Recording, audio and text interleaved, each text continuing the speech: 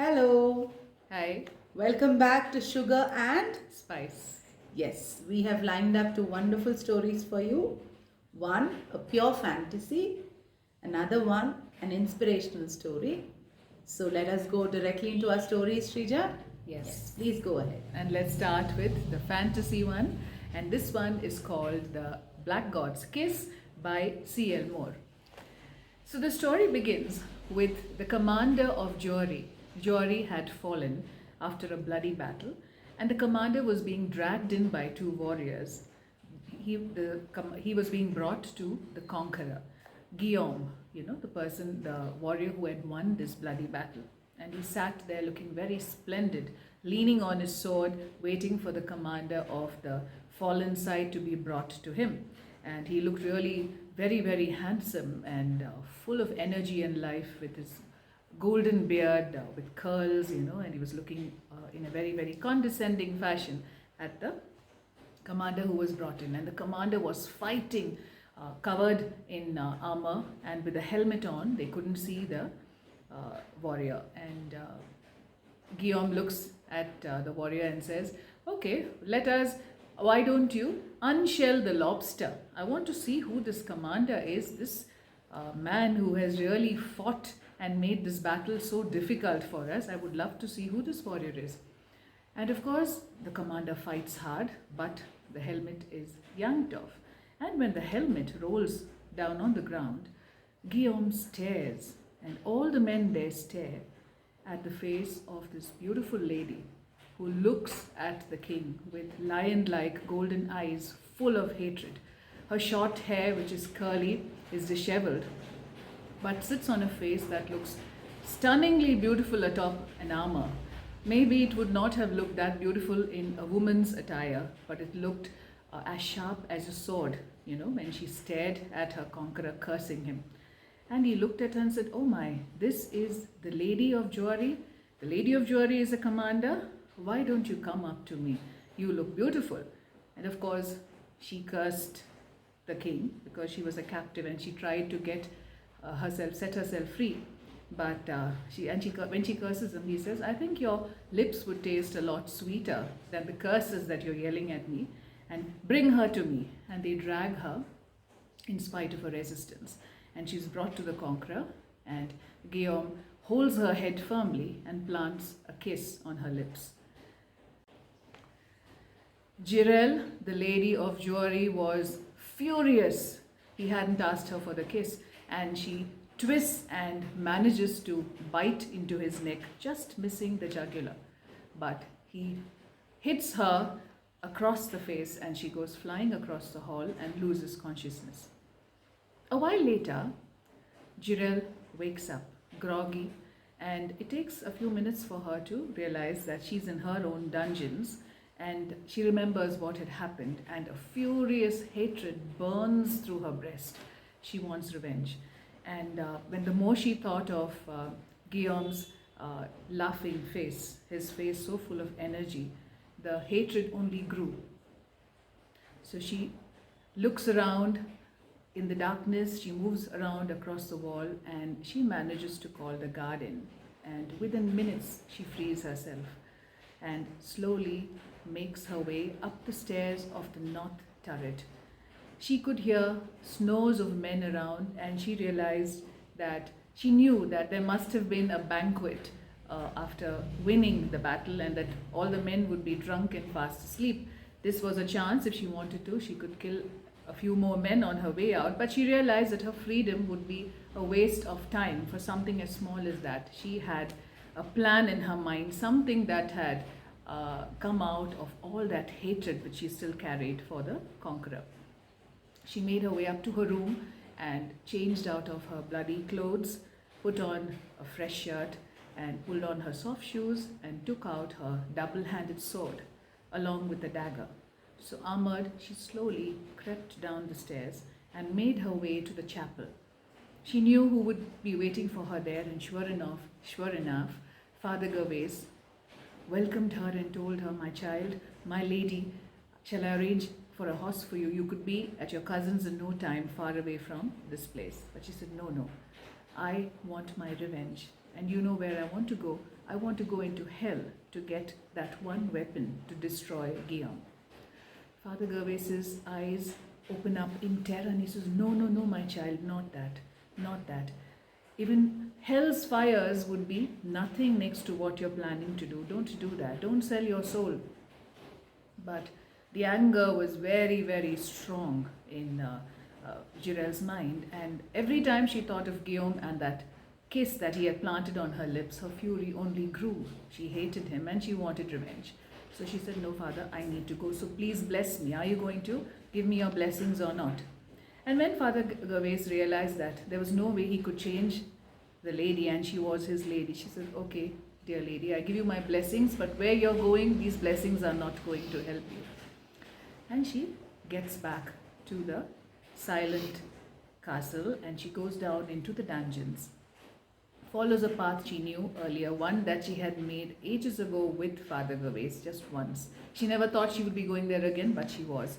She made her way across moist stones which were oozing all kinds of liquids, stones that had never seen sunlight, and she made her way to a wall and felt around where she knew there were loose stones, and she slowly started taking them out and made a large opening for herself, a little larger than required because she had a feeling that she might be coming back faster when she was returning from her journey.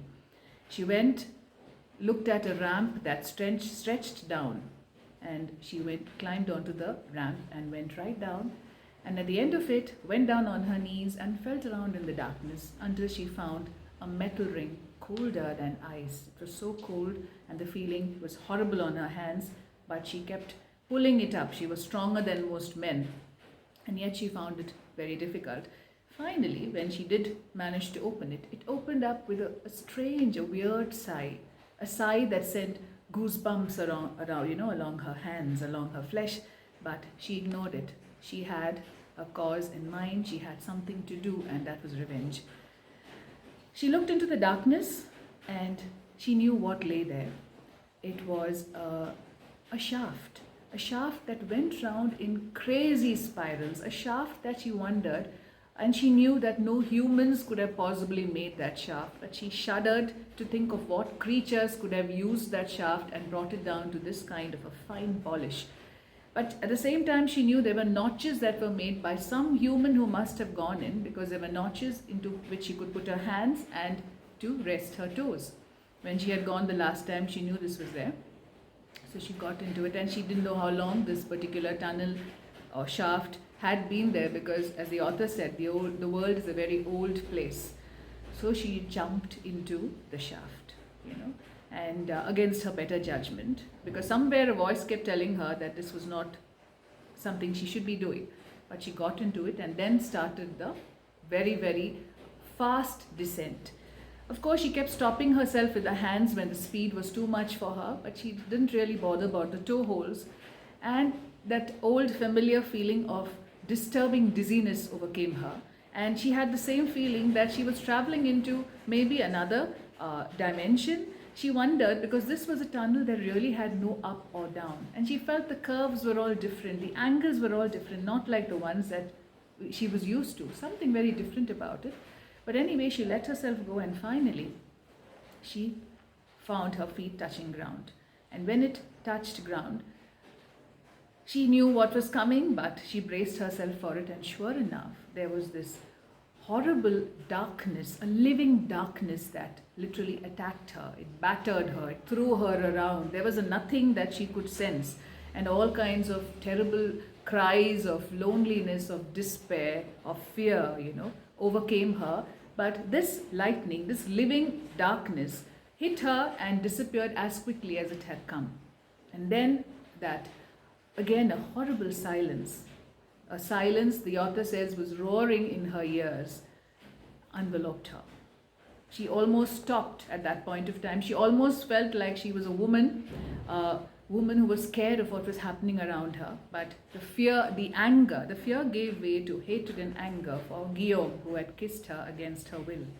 And she became the strong warrior woman once again and went ahead. She unsheathed her sword and she went ahead. She kept walking for a long time, and finally the tunnel seemed to open up, And when it opened up, she could just make out a lot of spaces, but she couldn't see anything. It was like nothing before her, huge nothing. Then she realized that the crucifix around her neck was constricting, it was tightening, and she knew what she had to do. She took it off and dropped it on the ground. Immediately, she could see what was in front of her, and she saw these huge spaces, vast plains covered in mist, and in a strange sky that had stars which were very different shaped stars. In fact, the place could have been, it was disappointingly beautiful, it was something which was very different. But at the same time, there was this sense of fear. And then she realized she was listening to some horrible, revolting sounds, and a lot of little creatures, horrifying creatures she couldn't really see, jumped at her and started attacking her. They were very small, below her knees, but feeling highly revolted by the sounds and the smells and all kinds of things that were accosting her at that point of time, she lashed out with her sword, and every time she cringed when it touched something wet, and she could hear splattering of the blood of these creatures. Finally, when everything calmed down, she picked up a handful of coarse grass and wiped off the splatter from the sword and from her face and her body and her legs, and she continued. Then she realized that it was like walking where there was this place had no gravity, because she could find herself floating, literally shimmering over the ground, and she moved with great speed. She looked around, and far away she saw this thick column of light, and she knew that that was where she had to go, and whether she wanted it or not, she found herself moving towards that, and she moved with frightening speed, and she saw all kinds of horrifying things as she traveled, things she couldn't really understand, but this feeling of despair continued inside her. And once she almost reached this huge pillar of light, she saw one of the bubbles, which she saw a lot of bubble-like things, floating by beside her, and one she could actually see inside it was this beautiful woman, naked, beautiful as a marble statue, but there was this look of blankness and horror on her face at the same time. And she kept leaping around inside the bubble like a frog. It was something that was so disturbing, but she refused to think about it and moved ahead to this pillar of light. Now, she didn't know that light could be this solid. It was like a tower of light, but there were sheets of solid light. And she looked inside, and through the doorway, she could see a huge hall, all this in this house of light, in this pillar of light. And there was a bubble in the middle which kept shifting and changing, and then slowly it seemed to take a shape. And as Jiril stared, it took the shape. Reflection was hers. She saw herself there, but the reflection talked to her in a very taunting voice. "Enter, woman," it said. But she didn't enter. Something held her back. Then again the voice, this time a little more stricter. "I said, enter. You're here? Why don't you enter?" But she didn't. Instead, she took out her dagger and threw it at the bubble. The minute the dagger touched the bubble, it completely disintegrated and there was nothing there. Her reflection laughed at her and said, "Okay, you're more intelligent than I thought you were. What have you come here for?" So she said, "I need a weapon. I've come for a weapon to destroy my enemy." So the reflection laughs and says, "To destroy your enemy? You hate him that much?" And she said, "Yes, I hate him with all my life." And the reflection seemed to be taunting and said, "You really hate him?" and laughed aloud.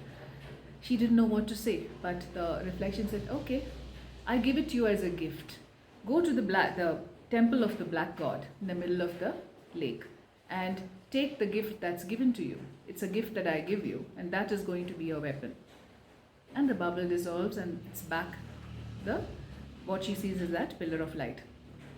So she turns back and she knows that it is a fatal thing to accept a gift from a demon.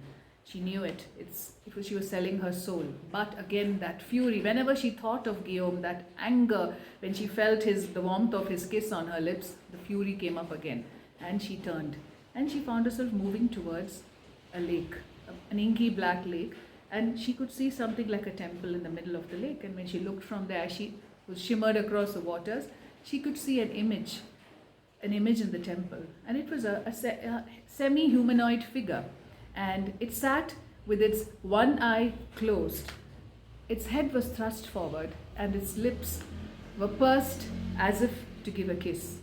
And the figure, something which was very repulsive about the figure, but she couldn't stop herself. She kept going ahead. And good sense told her, this is time, turn back, don't accept a gift from a demon. But the fury and anger was too strong in her. She went, placed her hands around the shoulders, the rounded shoulders of the image, and pressing her lips to the lips of the image, received the kiss. It was only a moment of the union, but she felt like she had lived a lifetime. And the iron cold lips, she could feel it stirring beneath herself. And she could feel a heaviness enter her body like a live thing. And she felt violated. When she pulled back, after what must have just been a few moments, she felt like she was carrying something, a disease within her. And she knew that she had to get back. There was fear, there was anger, and there was a feeling of despair that she couldn't handle. She felt she was too heavy to even move. But she turned back and her lip was bleeding, like it would from a very passionate kiss. She turned back and she moved. She felt she had to get back to the tunnel very quickly. And as she moved away, she realized that the kiss was a weapon that had been given to her and it had to be given quickly. She went back. She found the tunnel, the mouth of the tunnel, and she quickly put on her crucifix, and that gave her some relief. And she made her way back again. She climbed the way and she didn't know how she went. It seemed so difficult when she had gone. And earlier she had seen and heard monsters, but she didn't really see anything happening right there. She went all the way up, feeling the sense of horror within her, growing within her. And finally, when she reached the end and she climbed through the wall, she could see light in the distance. She expected Father Gervais waiting for her. But when she went out of the hole, she saw Guillaume waiting there with his men, looking at her, looking splendid and majestic in the torchlight. And Father Gervais was there too. Father Gervais helped to pull her up. And when she came up, Guillaume pulled her up and could see that she was waiting with pursed lips. And he held her by, threw his hands around her and accepted the kiss that she was waiting to give him. He was a little startled to see the hatred in her eyes as she gave in to him, but he took the kiss. And as he kissed her, it was a long kiss. Jirel could feel the heaviness leaving her. She could feel vitality seeping in. At the same time, those strong hands that held her, she could feel the life ebbing out of it. She could feel him getting still in her hands. It was like he had lost everything. And when she pulled back from the kiss, there was this look of empty horror on his face. And the great Guillaume, the conqueror of the land, let out a cry which was horrifying to hear, a cry of absolute despair, hopelessness, and he collapsed to the ground, dead. He died. Everyone looked at him in shock. They didn't know what happened. Jirel had felt the energy coming back into herself. But at that moment, when he collapsed and he died, it was like all the light in her life had suddenly gone out. And it was then that she realized, oh my God, what have I done? She realized why she felt those feelings of hatred whenever she thought about his kiss. She could still feel the warmth that she had felt the first time he placed his lips on hers. His life, his vitality, everything was gone. And she realized that maybe that was what she had wanted all along. Father Gervais came and held his lady, trying to comfort her, but she brushed him aside and she collapsed on the ground next to the fallen warrior.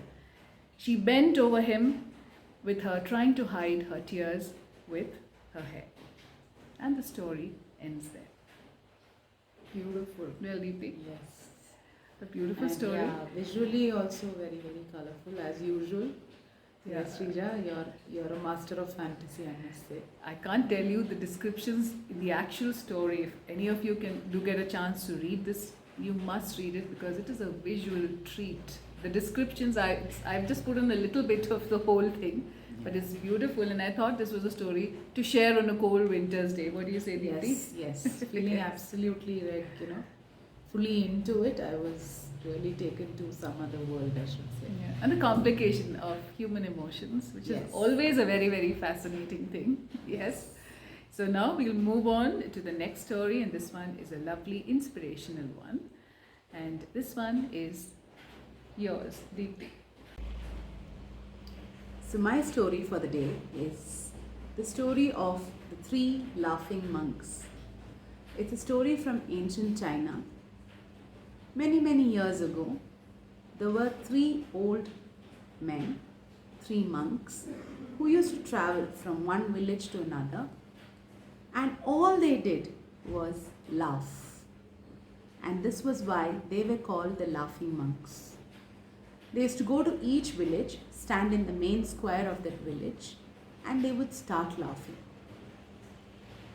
Initially, people, would just come, look, go. But after some time, they would inevitably gather around the three monks, and all of them would start laughing along with them. When the entire village, was fully spread with joy and laughter, the monks would move to the next village. This was all that they did. This was their preaching, this was their prayer, laughter. They did not utter a word, they did not even speak their names. Nobody knew what their names were. All that they did was spread joy and laughter. This went on for many, many years, and everybody loved and respected the three monks until one day, one of the three monks died. In one village, one particular village in the north province of China, one of the monks died, and the news spread like wildfire. People left their work, their jobs, and they all came running, to see what? They wanted to see what the reaction of the other two monks were. They thought they would be, deeply in sorrow, they would cry. But to their astonishment, the two wise men stood there near the dead body of their friend, and all they did was laugh. They were laughing even harder. Everyone was shocked and taken aback. They did not know why they were doing this. So one person went ahead and asked the two wise men why they were laughing. And for once, they spoke. They said, the old rogue, yesterday, he made a bet with us when we were coming to this village. He said he would beat both of us in death. He would go first. And yes, he won the bet. And they started laughing even harder. He even had a testament written before he died. You know what that says? The tradition in China says that the clothes of the dead body should be removed, the body should be washed and made to wear fresh clothes before keeping the body on the funeral pyre. But this old monk who had died had written clearly in his testament that he wanted the clothes that he was wearing to be on. He did not want to change his clothes because according to him, none of the filth of this world had touched him ever. His laughter and his joy had kept him immune and clean always and pure. He did not want his clothes to be changed. So, according to the testament, his body was kept with the same clothes on the funeral pyre, and as the flames started licking his clothes, to everyone's astonishment, fireworks of different colors started going up in the sky. And along with the two other monks, everyone in the village could not help but join in the wonderful laughter. And in China, they believe that the most auspicious or if you're feeling low for any reason, it is the image of these three monks which comes to your mind. It reminds you that life is nothing but an opportunity to laugh as much as we can. Be joyful and happy as much as we can. I found this story a very, very inspirational one, and something that we all can remember, that in any situation, we can sometimes, just look at ourselves in the mirror and laugh away the problem. It's a beautiful story, and which is so true, Deepthi. Yes. I mean, it's such an important lesson in life. It's a story, such a simple way of saying it, but it is so true.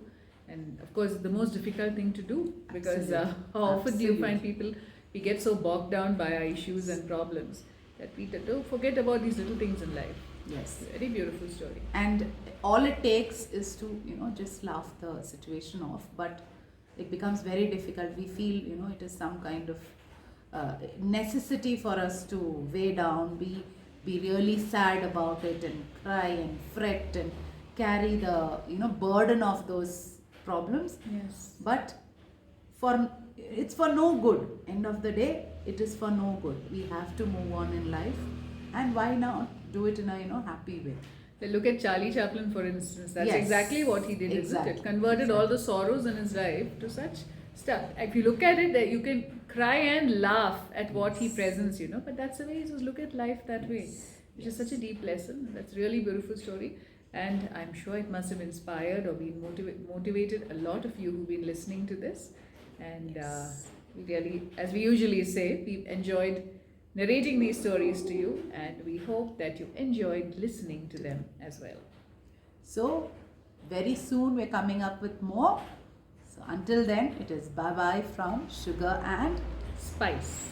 And Take do care. send in your feedback and your suggestions. You're always welcome.